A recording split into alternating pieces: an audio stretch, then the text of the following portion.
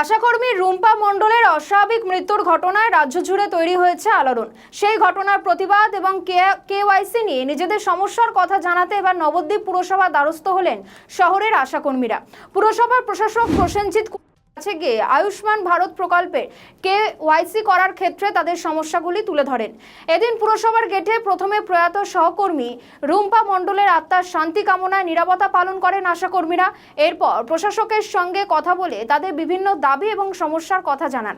আপনারা জানেন, রবিবার দিনকে একেবারে চন্দনা বাউরি একটি মন্তব্য করেছিলেন এবং সেই মন্তব্যের পরিপ্রেক্ষিতে এক আশাকর্মীর মৃত্যু হয়েছে এবং স্বাভাবিকভাবেই তারপর থেকে দিকে দিকে চলছে আশাকর্মীদের বিক্ষোভ এবং আশাকর্মী কালো ব্যাজ পরে তারা বিক্ষোভ করছেন, প্রতিবাদ জানাচ্ছেন। পাশাপাশি তারা বলছেন যে তারা যথাযথ মাইনে পাচ্ছেন না এবং তাদের উপর প্রচন্ড কাজের প্রেসার রয়েছে।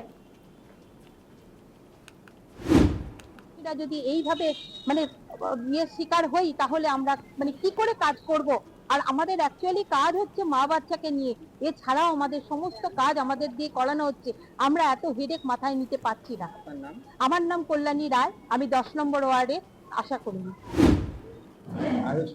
আজকে আশাকর্মীরা এসেছিলেন আয়ুষ্মান ভারতের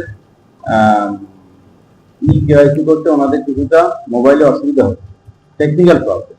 এটা টোটালি টেকনিক্যাল এবং এটাকে আস্তে আস্তে ওনাদেরকে যদি ধরে শেখানো হয়, আমরা একদিন ট্রেনিং নিয়ে এটা শিখে যাবেন এবং তখন ওনাদের কাছে এটা কোনো সমস্যা থাকবে না, সব সমস্যার সমাধান হয়ে যাবে। এটা ওদের ট্রেনিং দেওয়া হবে।